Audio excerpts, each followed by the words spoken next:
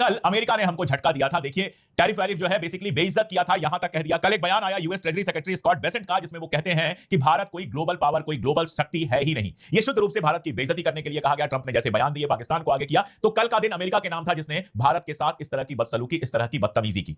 और United kingdom यानी कि ब्रिटेन ने एक ऐसी लिस्ट में भारत का नाम शामिल किया जो दुनिया भर में सिर्फ और सिर्फ बेइज्जत कराने वाली है। नरेंद्र मोदी बहुत कोशिशें करते हैं दुनिया भर में अपने दोस्त दिखाने की। 23 जुलाई 2025 की शाम को ब्रिटेन पहुंचे थे। यहां पर संसद चल रही थी, संसद छोड़कर गए थे ब्रिटेन, जहां से वीडियो आया था केन स्टेमर के साथ जबरदस्ती दोबारा तिबारा हाथ मिलाने का, गले मिलने का, वगैरह वगैरह। कहा गया ब्रिटेन के साथ ट्रेड डील हो गई है और यह दिखाने की कोशिश की गई कि ब्रिटेन के साथ मोदी जी की बड़ी अच्छी दोस्ती है और ट्रेड डील के बाद तो अब ब्रिटेन भारत का पक्का वाला दोस्त बन गया। कल अमेरिका ने हमको झटका दिया था। देखिए, टैरिफ वैरिफ जो है बेसिकली बेइज्जत किया था, यहां तक कह दिया। कल एक बयान आया US treasury secretary Scott Bessent का, जिसमें वो कहते हैं कि भारत कोई ग्लोबल पावर, कोई ग्लोबल शक्ति है ही नहीं। यह शुद्ध रूप से भारत की बेइज्जती करने के लिए कहा गया। ट्रंप ने जैसे बयान दिए, पाकिस्तान को आगे किया, तो कल का दिन अमेरिका के नाम था जिसने भारत के साथ इस तरह की बदसलूकी, इस तरह की बदतमीजी की। अभी यह सब बीता ही नहीं था कि आज ब्रिटेन से एक रिपोर्ट आ गई और यूनाइटेड किंगडम यानी कि ब्रिटेन ने एक ऐसी लिस्ट में भारत का नाम शामिल किया जो दुनिया भर में सिर्फ और सिर्फ बेइज्जत कराने वाली है। नरेंद्र मोदी बहुत कोशिशें करते हैं दुनिया भर में अपने दोस्त दिखाने के। 23 जुलाई 2025 की शाम को ब्रिटेन पहुंचे थे। यहां पर संसद चल रही थी, संसद छोड़कर गए थे ब्रिटेन, जहां से वीडियो आया था केन स्टेमर के साथ जबरदस्ती दोबारा तिबारा हाथ मिलाने का, गले मिलने का, वगैरह वगैरह। कहा गया ब्रिटेन के साथ ट्रेड डील हो गई है और यह दिखाने की कोशिश की गई कि ब्रिटेन के साथ मोदी जी की बड़ी अच्छी दोस्ती है और ट्रेड डील के बाद तो अब ब्रिटेन भारत का पक्का वाला दोस्त बन गया। लेकिन उसके तुरंत बाद हम देखते हैं कि एक लिस्ट आती है और वो भी आती है ऑपरेसिव कंट्रीज की। ऑपरेसिव का मतलब ऑपरेशन करना, दमन करना, दबाने की कोशिश करना। तो दमन करने वाले 12 देशों की लिस्ट आई है, यानी दुनिया के केवल 12 देशों को माना गया है कि ये ऐसे देश हैं जो इंग्लैंड के नागरिकों के लिए खतरनाक है। Transnational repression in the UK, यानी यूनाइटेड किंगडम के अंदर दूसरे देशों का जो दमन होता है उसकी लिस्ट निकली है। आज तक भारत कभी इस तरह की लिस्ट में नहीं रहा।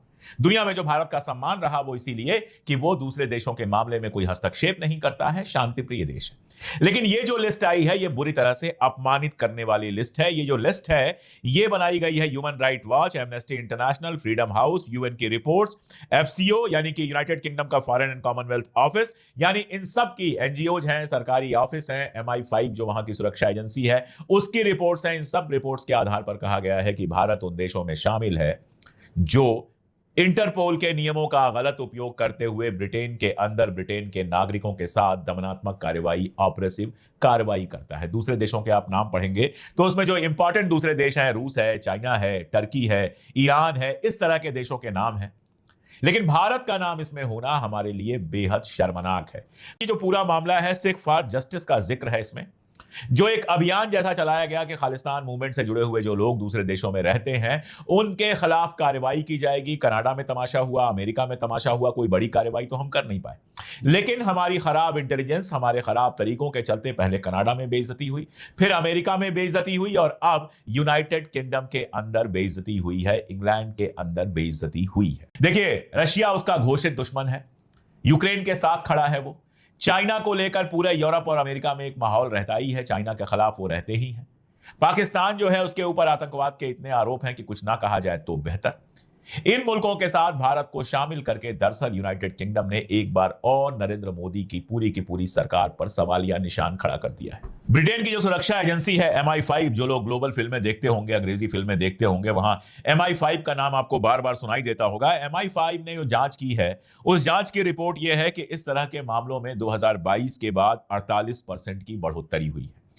यानी इस तरह के मामले 2022 के बाद अचानक बढ़ गए हैं। इसमें जैसा मैंने आपको बताया कि सबसे ऊपर जो नाम है वो चीन, रूस और तुर्की का है, लेकिन उसके साथ भारत का भी नाम है। अगर पूरी लिस्ट आप देखेंगे तो इसमें बहरीन है, चाइना है, मिस्र है, इरिट्रिया है, ईरान है, पाकिस्तान है, रूस है, रवांडा, सऊदी अरब, टर्की और संयुक्त अरब अमीरात। ये वो देश हैं जिनके ऊपर आरोप लगाया गया है कि ये अपने देश के जो दुश्मन हैं, अपने देश में जो आतंकवादी घोषित हैं, वो अगर ब्रिटेन में रह रहे हैं तो उनको मारने की कोशिश कर रहे हैं। इस बात को समझना चाहिए कि खालिस्तान समर्थक संगठन है वो भारत के अंदर, उनके ऊपर आप UAPA लगाइए, उनको आतंकवादी संगठन घोषित कर दीजिए, कुछ भी कर दीजिए, वो आपकी आजादी है। लेकिन अगर उनके मेंबर अमेरिका में, कनाडा में, ब्रिटेन में रहते हैं तो वो वहां के नागरिक हो जाते हैं। अब ब्रिटेन के अंदर खालिस्तान मूवमेंट का समर्थन करना कोई अपराध नहीं है। अगर आपको याद हो तो गदर मूवमेंट जो आजादी की लड़ाई के लिए चला था वो तो अमेरिका में चला था। वो था भारत की आजादी के लिए, लेकिन मूवमेंट अमेरिका में चला था। वहां पर वो कोई अपराध नहीं था, इसलिए गदर मूवमेंट के कार्यक्रम भी होते थे, भाषण भी होते थे, सब कुछ होता था। पकड़े वो तब गए जब वहां से निकल के भारत में क्रांति करने आए। यानी चाहे वो सिख आतंकवादी हो, पन्नू हो, कोई भी हो, ये आपके लिए आतंकवादी हो सकते हैं, आपके लिए गलत हो सकते हैं। वो हिंदुस्तान के खिलाफ कर रहे हैं, लेकिन ब्रिटेन के खिलाफ, अमेरिका के खिलाफ, कनाडा के खिलाफ, न्यूजीलैंड के खिलाफ या किसी यूरोपीय कंट्री के खिलाफ नहीं है। और अगर वो किसी कंट्री के खिलाफ नहीं है तो उस देश के नागरिक होने के चलते उन देशों की सरकार का पूरा यह अधिकार है और फर्ज है कि उनकी रक्षा करें। अब आप यहां से किसी को भेजते हैं, या हमारी जो स्पाई एजेंसीज हैं वो अगर इंग्लैंड में जाकर किसी सिख आतंकवादी को मारने की कोशिश करती हैं, अमेरिका में जाकर मारने की कोशिश करती हैं, कनाडा में जाकर मारने की कोशिश करती हैं, तो वहां के देशों के हिसाब से यह इल्लीगल है, यह ऑपरेशन है, यह वहां के नागरिकों का दमन है, उनके स्वतंत्र अधिकारों का दमन है। अब यह काम सारी दुनिया करती है, अमेरिका भी करता है, बाकी मुल्क भी करते हैं, कोई ऐसी बड़ी बात नहीं है। लेकिन वो कि ब्रिटेन भी आज भारत को एक ऐसी लिस्ट में रख रहा है जिस लिस्ट में रहना शर्मनाक होगा। आप देखिए, ट्रंप ने 92 देशों की आज नई टैरिफ लिस्ट लागू की है। भारत के ऊपर टैरिफ लगाया है 25% और पाकिस्तान के ऊपर टैरिफ लगाया है 19%। साउथ एशिया के अंदर जो मिनिमम टैरिफ लगा है वो पाकिस्तान के ऊपर लगा है। पहले पाकिस्तान पे टैरिफ था 29%, उसको घटाकर 19% कर दिया गया है। आपके ऊपर टैरिफ 25% कर दिया गया है। हफ्ते भर के लिए अभी टैरिफ को लागू करना उसने टाला है, और इस बीच में खबर यह आई है, राइटर्स ने यह खबर छापी है जो चारों तरफ वायरल है, कि अमेरिका की धमकी के बाद भारत की तेल कंपनियों ने रशिया से तेल खरीदना बंद कर दिया है। यानी अमेरिका ने बंदर घुड़की दी और आप झुक गए, जैसा कल ही हम लोगों को लग रहा था कि ये झुकते और चले जाएंगे। अब ये जो एक हफ्ते का टाइम दिया गया है उसमें आप देखिएगा एक के बाद एक झुकने के केसेज आएंगे। कल को अगर हमारा एग्रीकल्चर का क्षेत्र खोल दिया जाए तो कोई बड़ी बात नहीं है, डेयरी का फील्ड खोल दिया जाए तो कोई बड़ी बात नहीं है, अगर आपके सामने नॉनवेज दूध मिले तो कोई बड़ी बात नहीं है, क्योंकि ट्रंप जानता है कि हम जो चाहेंगे वो इनसे करवा लेंगे।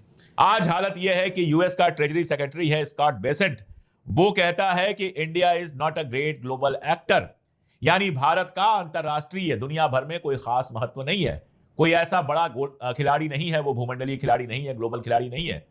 ये बेइज्जती नहीं है तो क्या? यहां पर भक्त कहते हैं कि डंका बज रहा है, यहां पर आप कहते हैं आप विश्व गुरु हैं, यहां पर आप कहते हैं ग्लोबल पावर हैं, और वहां जो यूएस का ट्रेजरी सेक्रेटरी है वो कह रहा है कि आप कोई बड़ी ताकत नहीं है, दुनिया में आपका कोई खास महत्व नहीं है। कल कहा ट्रंप ने डेड इकॉनमी, कहा तो बहुत लोगों को बहुत बुरा लग गया।